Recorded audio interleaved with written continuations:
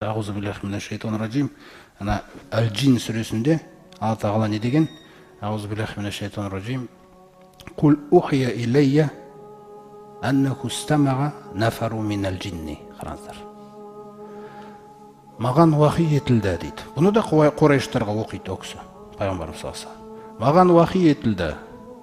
Мен Құран оқып тұрған кезде Меккенің сыртында бір топ жын естіпті менің Құранымды дейді.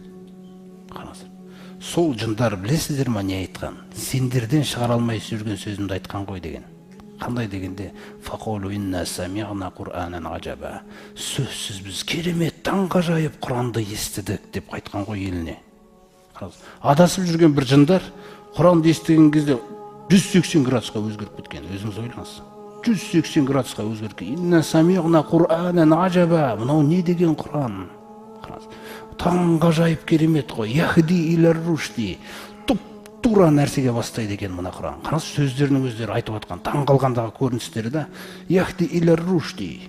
Фааманна бихи. Еш кідірместен иман келтіріп жібердік дейді маған. Қараңыздар. Аманна бихи. Валан нушрика би роббина ахада. Осы күнге дейін Аллаға серік қосып келмедік. Бүгіннен бастап, осы сәттен бастап Алла Тағала ешкімді серік қоспаймыз. Қараңыз. Әсерін қараңыз қандай болып баратыр. وَأَنَّهُ تَعَالَى جَدُّ رَبِّنَا. Қауымына барып айтып жатыр ғой олар. Алла Тағаланың дәрежесі үлкен екен ғой, сендер не істеп жүрсіңдер деген ғой. Қауымына барып. Қасиетті екен ғой, пәк құлау керек екен ғой алдында. Сендер не істеп жүргенсіңдер деп жатыр ғой. تَعَالَى جَدُّ رَبِّنَا مَا اتَّخَذَ صَاحِبَةً وَلَا وَلَدًا. Әйел, бала жоқ екен ғой, масқара қылсыңдар ғой осы күнге дейін бізді деп. وَأَنَّهُ كَانَ يَقُولُ سَفِيهُنَا عَلَى اللَّهِ شَطَطًا. Ана ібліс қайда деген. Анау деген Алла Тағалаға қатысты неше түрлі шатысты сөйлепті ғой өзі.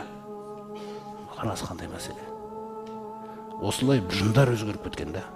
Ашхаду ан ла илаха иллаллах, ашхаду анна Мұхаммад расулуллах деген жындар. Міне, адамнан үміт етілмей жатқан нәрсе жындардан шыққанда. Қараңыз қандай мәселе. Таңғажайып. Алланың құдіретіне, Құранына таңғалған, сөзіне, бұйрықтарына таңғалғанда